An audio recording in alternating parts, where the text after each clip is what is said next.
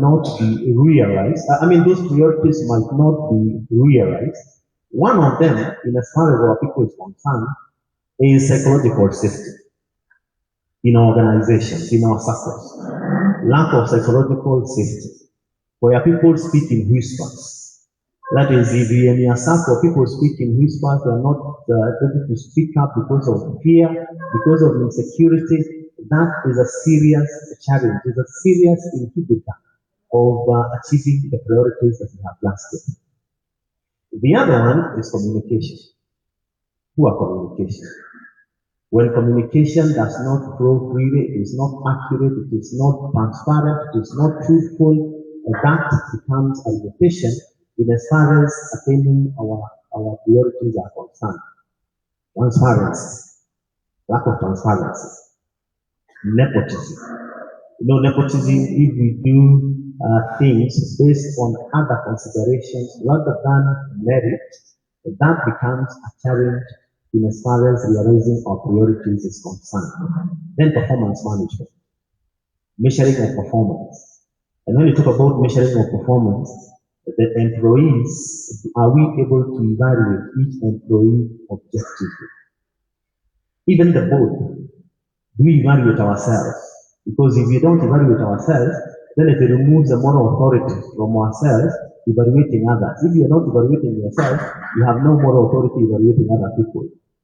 Then micromanagement and interference. Not sticking to your lane. Everybody sticking to their lane.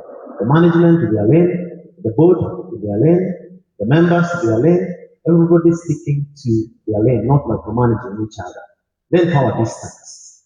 And what I mean by power distance here, it is the distance between the board and the management. Because sometimes that distance can be too huge. That is, the board are high up there, whereas the management is seen as low there. So when you have too huge a power distance, then that becomes a challenge. And then resistance to change. And resistance to change, when people talk about resistance to change, they think of other people. You could be the biggest resistor to change. You want to do things in the same way that they have always been done. And then finally, poor governance. Now, all these put together becomes the way of doing things. Whether it is the negative or the positive side of it, the way of doing things. It becomes the culture, our way of doing the things.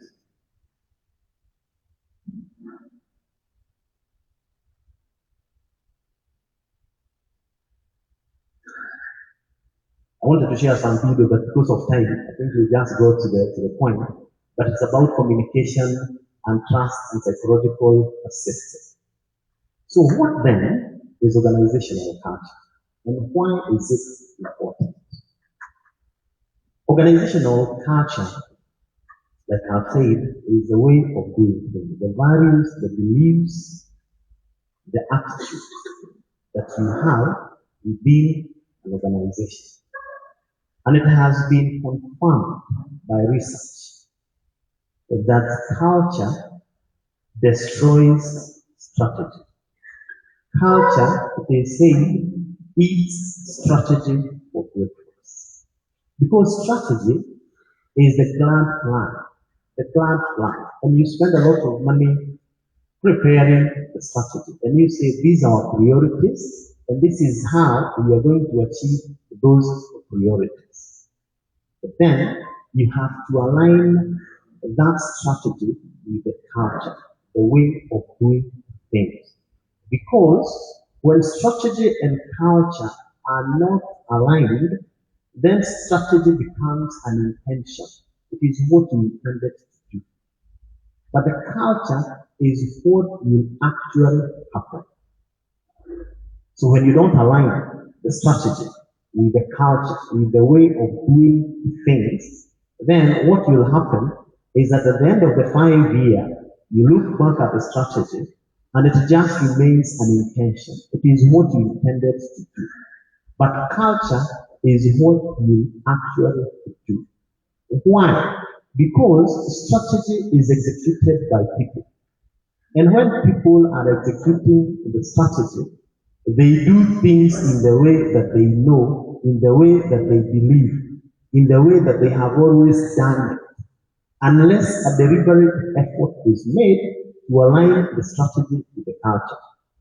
The people that you have, we can look at them or we can think of them in four types of people, based on their emotional and their intellectual commitment. Because for an organization to be successful, for a strategy to be fully implemented successfully, you have to have the emotional and the intellectual commitment of the people that you're working with. And as we say, when a fish rots, it starts from where? When a fish rots, it starts from the head. It starts with us. In terms of our commitment, in terms of intellectual commitment and emotional commitment. Now, on the upper quadrant, or rather, it is based that we have emotional intelligence, commitment at the bottom, and then vertically we have the intellectual commitment. When you have people who have low intellectual commitment and low emotional commitment, we call them the weak links. They have low emotional commitment, they have low intellectual commitment. Weak links. When you have people who are emotionally committed, but they are not intellectually committed, we call them loose cannons. And they are very dangerous. And they are very many in the SACCO movement. Somebody is committed, emotionally committed, but does not take time to educate himself or herself so that he can have the kind of intellectual commitment that is needed. So that person becomes very dangerous because they do things that ought not to be done in spite of their emotional commitment to the SACCO. When you have people who are intellectually committed, they know, but they have no emotional commitment, they become bystanders. They are bystanders.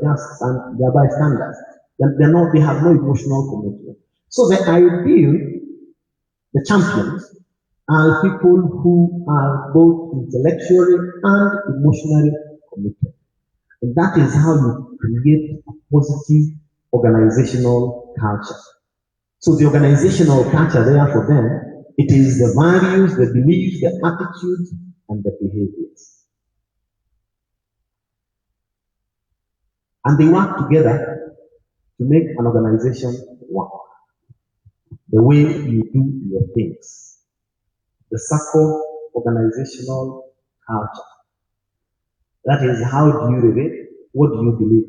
Why did you vie to be a board member? Why are you a board member? That's the beginning of the organizational culture, because why you vie is what you take into the organization. So if you vie for your personal benefit, then you take your personal benefit into the board, and that becomes an organizational culture, that everybody is there to benefit themselves. The values, the beliefs, the attitude. And that is what will separate a successful organization from an unsuccessful organization. So how do you know then that you have a strong organizational culture? One is authentic leadership, true leadership, authentic leadership.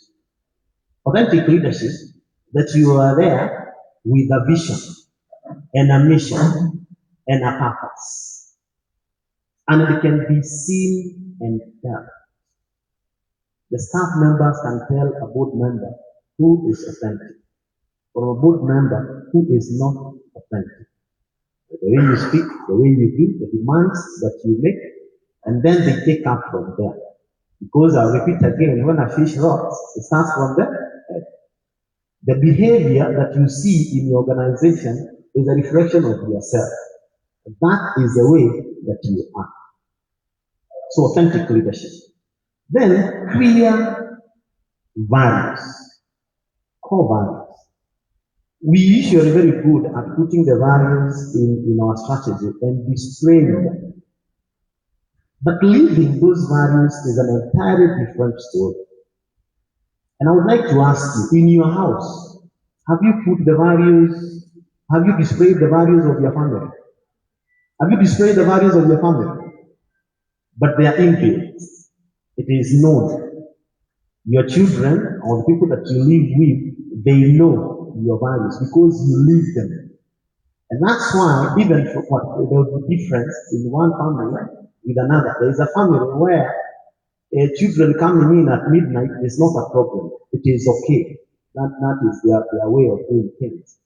In another home, it is known that if your high school, college below, you cannot come in beyond this hour.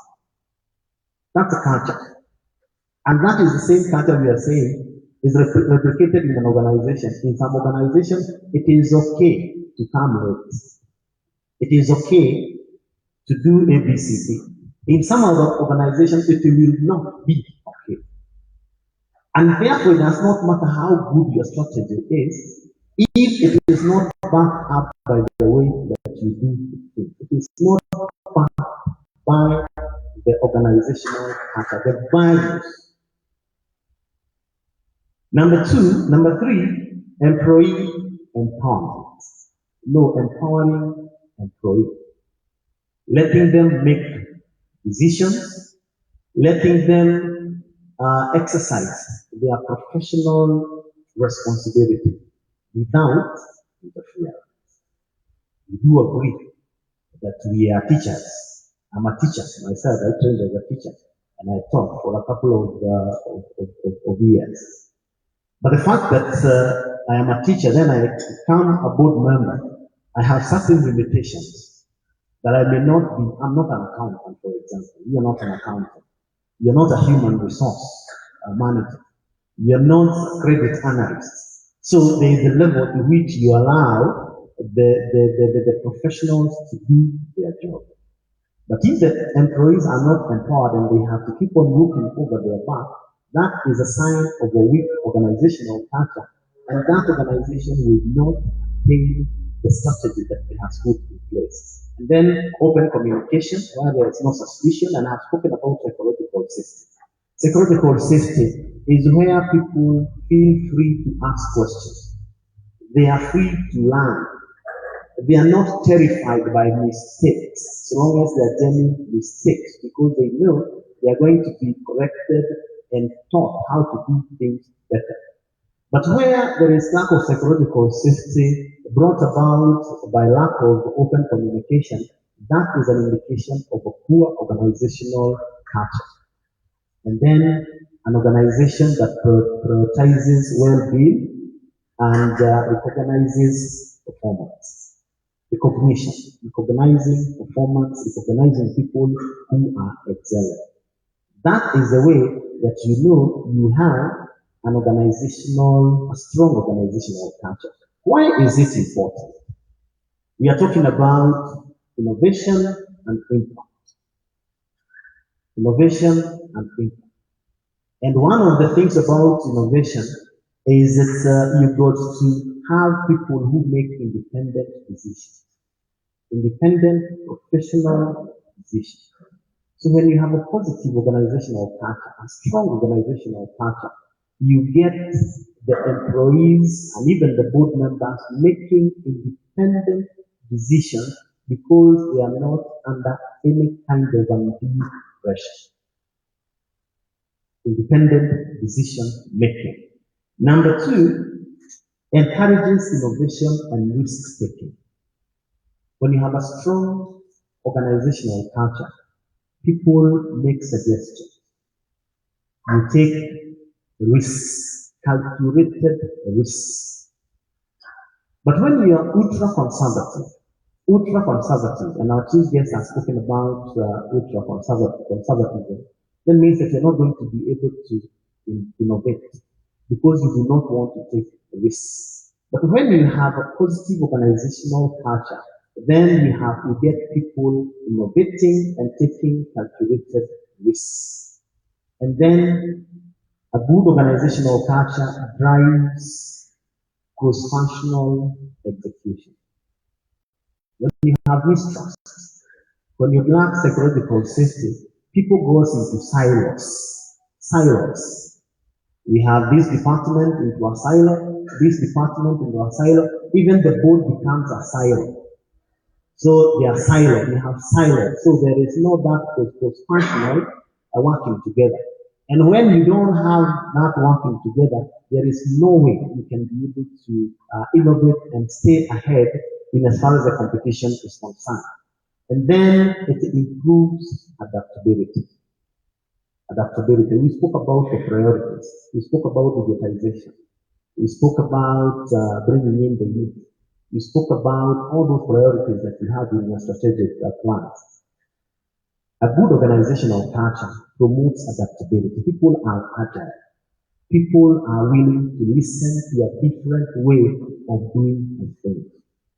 Challenge will be if you're the greatest sister of change. That is, when you hear about something that can be done in a different way, then you become the biggest source of resistance. What you do is promoting a culture of fear, a culture of conservatism, which cannot bring about the impact or the innovation that you desire. So how then can you achieve this kind of an organizational culture? I say the organizational culture is as important as the strategy. You get the strategy, excellent. Then after the strategy, you work on the organizational culture. And to do that, we follow about 10 steps. About 10 steps that will enable you to create the desired organizational culture. And step number 1 is to audit the current organizational culture. Asking yourself a couple of questions about the culture that you have. And you're talking about the basics to the complex. Do you keep time? Yes. How is your customer experience? How do people relate with each other? Do we have trust? Do we have interference? You audit the current culture so that you can have a baseline where you are as far as your culture is concerned. I have worked with several organizations on organizational culture. And some of the organizations even surprise themselves when they do the audit. The board becomes surprised, the chairman becomes surprised, because you didn't know that some of the things that happen. So you could be living in a fool's paradise. Some of the things that happen in your SACCO that you do not know that they happen. And they are the ones that inhibit progress. So it is important to do an audit of the current culture to know what are the things that are happening within the organization. How do we do our thing? Then step number 2, you review and align the organizational strategy and the 7 elements. And the 7 elements here is the strategy, the structure, the systems, the shared values, the style, the staff, and the skills. When these 7 items are not aligned, and you may surprise yourself that they are not aligned in the organization because some of them could have outlived their usefulness, or they could have been they have not been aligned over time. That is, you may be having very good strategy, but the strategy is not aligned to the structure. So you have a good strategy, current strategy, but the structure, you're still talking about facts. You're still talking about even the nomenclature, how you title the officers you want to. It is also part of their mindset, because when you're called a clerk, most likely you also act like a what? Like a clerk. It is part of, that's the structure that you're talking about. And then the systems. That is how do you do, how do you organize the work. So you review that to see whether it is aligned to the strategy and to the culture. And then you review the current values. Most of the organizations hardly take time to talk about the organizational values. Once they are on the strategy and the strategy is approved by the board, that usually becomes the end of it. There are no conversations about the values of our organization. So it helps to review those values and clarify the values to the employees, and then review the brand of the people. You know, when you talk about the brand of the people, the kind of a people that you'd like to be. If, for example, I asked you, describe in one sentence the kind of people that you have. Or let me rephrase it. If you're asked in one sentence to describe the traffic department of the Kenya Police, what would be the one sentence that you will give? It is not even a sentence. It is a word. It is not even a sentence. I thought it would be a sentence. You might say maybe corrupt with a few exceptions. So you want to ask yourself, how can your employees be described by the customers? What is the one description that they will give? And that description and that culture is even that determines even attracting talent and retaining talent. Because there are some organizations, even if you're doing an interview, and somebody came for the interview and said he or she is coming from a certain organization, they may have the qualification, but you may not be very willing to take up the person because of what is known about that organization. How is the organization? The brand. How are your people? Including yourself, the brand.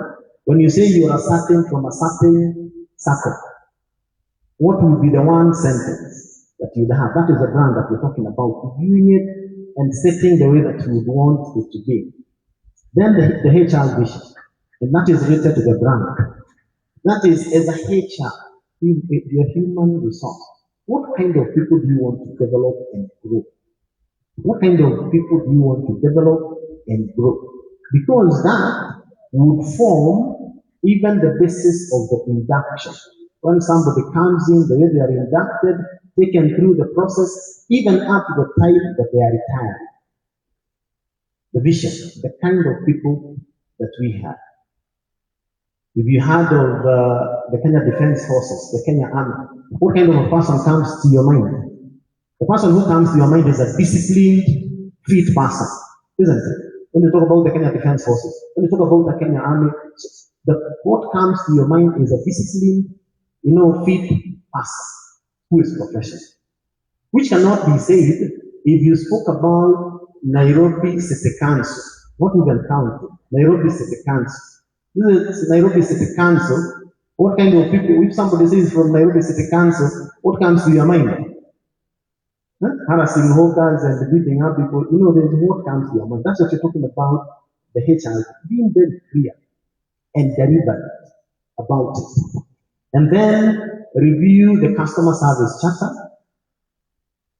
The service charter, I'm sure, if I ask, do you have a customer service charter? Everyone here will say, yes, we have a customer service charter. But there's a question of, do you measure the implementation of the service charter? You measure the implementation of the service charter to know that actually what you have promised, you live by that promise. Or you say a loan is processed within 24 hours, but 2 weeks down the line, the loan is still not processed. So reviewing the customer service charter.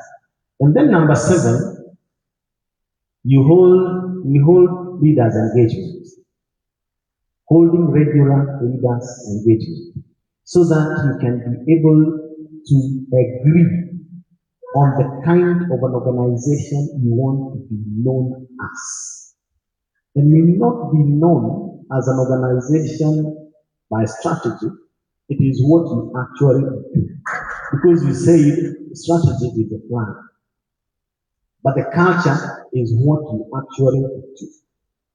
So the description that we know of you is based on how your people interact with the customer.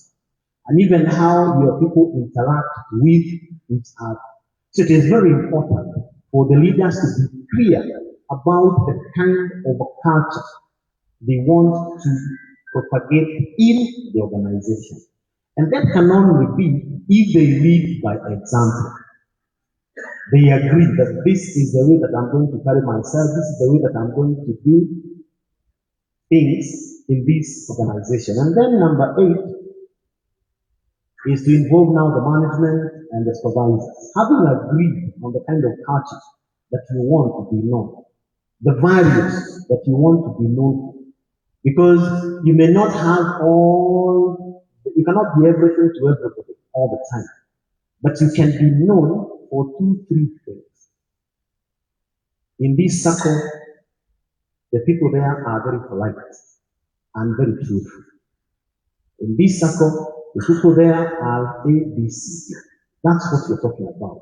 Because that is what is going to enable the attainment of the strategy. And then communicate. Communicate the culture. Communicate the values to all people who are in the organization and all the stakeholders. To say this is our minimum. And then once you have done that, you develop a tracker. You develop a tracker to track the progress that you're making. You track. Because people go back very fast. Unless there is consistent follow through, people tend to go back to the undesirable behaviors very fast. So it is important to have a tracker of the culture so that you can know we are following whatever it is that we have agreed. And like I have said, I repeat again, strategy is a plan, it is an intention. But if the strategy is not backed up by an appropriate culture, it will remain as such, it will remain blank. That is why you'll find there are some organizations that tend to move a lot faster. Even here, there are some organizations there are some SACCOs that have tended to grow a little bit faster than others. If you went to those organizations, you will find a couple of ways of doing things that is shared by everybody. And that is what is driving the growth. But if you have never taken time as the leaders to reflect on the culture that you have, the way of doing things, then it means that you may be coming up with very nice strategies, but then when it comes to the execution, it is still executed in the way it has always been. And therefore, at the end of it, it just remains a plan. So for you then to be able to shape, as I come to an end, to shape an appropriate culture, you must as a leader then be able to change people's minds. And changing people's mind, there are 3 categories of tools that have been known to change the way people do things. The first one is what we call the inspiration or the leadership tool. Then we have number 2, what we call the management tools or information. And then the last one is what we call the power tools or the intimidation. Power tools, intimidation. Now, that is the lowest level, and that is why it is even at the lower bottom. Because intimidation will only work for a short while. As I said, psychological safety. Do people in the organization speak in whispers? Are they forthright? Or they say there are people who are listening to go and tell others. And are there those others that they are listening to go and tell the board or to go and tell the CEO? Because of intimidation, power tools. A positive organizational culture is where leaders use the leadership tools, the inspiration tools, and there are 5. And one of them is visionary. Having a vision.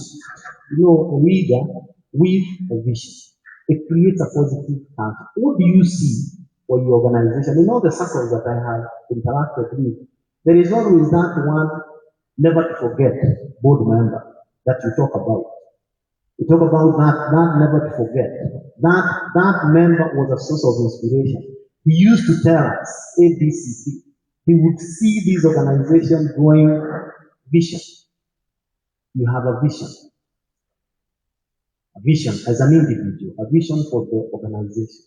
What you see into the future. For example, leave alone the one that is in strategy. If you're to be asked, what do you see? What vision do you have for your SACCO? Or it is just, then the other one is persuasion. Being able to persuade. And the persuasion here that we're talking about is the appeal to the affective domain. We are teachers. Teachers, you say a person has 3 domains: the cognitive domain, the psychomotor, the affective, to the heart. When you appeal to the heart. And that's why, remember, we have said that there are 2 types of commitment. There is the intellectual commitment and the emotional commitment. So when you have intellectual commitment, but you don't have the emotional commitment, you become a bystander. You just, for example, even if it's a CEO, you have the intellectual commitment because you have the qualifications and you have the job, but you don't have the emotional commitment, you are a bystander. You could be a bystander in the organization. So when you appeal to the affective, the persuasion, you purpose. You talk about the purpose why you exist and why you do the things that you do as a SACCO. Persuasion. And then there is a role model. Role model. Leading by example. Lead by example. And we watch and we see. Because you are our leader, you are our model. So the demands that you make, the things that you do, shapes the culture. If you tell me to let that loan pass as a manager, even when it has not met the requisite, I'll also pass once for my friends. And then everybody would say there, if you know somebody, your loan would pass. It becomes a way of doing things. You have created the culture. So role model. And then we have storytelling. Very important. Very important. You have to tell stories about your organization. Stories about your organization. Both good and bad to learn from. Storytelling. You must have a story. If you don't have a story that you tell about your organization, then you are not providing leadership. You have to have stories, many stories to tell about the organization. Storytelling has proven to be one of the most powerful way of changing people's mind. And I said the stories can be good, the stories can be bad. I went to to a certain SACCO. And I was told about a story, and we are talking about storytelling. And one of the stories that we are told is that there used to be a customer who was selling salt for cows, for livestock. And that time, he used to sell a kilo at about 20 shillings, a coin. So at around a few minutes to 3 o'clock, he would come with, with a lot of coins. So I was told the story. I was told that one of the cashiers said, when he was coming in one of the days, he said, "Huyu yule mzee wa macoins." Na huyo mzee wa macoins alisikia, and he was very disappointed. And actually, after a short while, he actually closed the account and went to another financial institution. But after a couple of years, like 10 years, I'm told that mzee wa macoins now operate a very huge factory with over 20 trucks distributing the product. So we say then, what is the essence of the story? Customer experience. That mzee left that institution. If he was still in that institution, he would be one of the most important customers. So that story is shared. So when it is shared, it may look a very simple story, but it changes people's mind. Because when you're a cashier, you are very careful about treating customers well, because you never know where that customer will be going. These are the stories that you're talking about. You encourage this kind of storytelling. Good, bad, because they are more than telling somebody nitakupeleka kwa HR ama tutakufuta kazi. Wewe vile tutakuona utafuta kazi. You tell stories that are appropriate to the occasion. And then conversations. Holding conversations, encouraging conversations. You know, conversation, not when you're talking down to people, but when you're having a conversation, you know, an exchange. Yeah? A polite exchange of information, having a conversation. Because it is during conversation that you can get some very critical information. It is during conversation you can get to know how people think and why they think that. And then you can be able to persuade them otherwise. So what are we saying? Because I wish to finish. You may have a very good strategy. But if the strategy is not aligned to the culture, it will just remain an intention. Because people will do things in the same way that they have always done, rather than being aligned to the culture. So when you have formulated your strategy, question your culture, whether that culture is supportive to the strategy. Then we have said the 5 tools of changing people's mind. You must be a role model. You must persuade people by giving them the purpose, why we do the things in the way that we do. For example, when you tell a cashier the reason why we insist, or a manager, the reason why we insist that you come in time, punctual, is because there will be that one teacher who will have asked for permission from his principal or her principal to pass by the SACCO so that he can transact and then go and teach. So when you come late, it means that you inconvenience him, might not even get information another time. So I'm not asking you to come in time to preach. I'm asking, conversation and persuasion, so that the culture then can be aligned to the strategy. But in the absence of that alignment, the strategy will remain an intention. That is why some SACCOs will grow faster than others. That is why some will look attractive than others. And the strategy might even be formulated by the help of the same consultant. But one is executed aligned to the culture, the other one is not executed, not aligned to the culture. And that makes the whole difference. So if you are to innovate, if you are to impact, the culture must be aligned. It must be right. Thank you very much. Yeah, thank you so much, Daktari. Let's appreciate Daktari.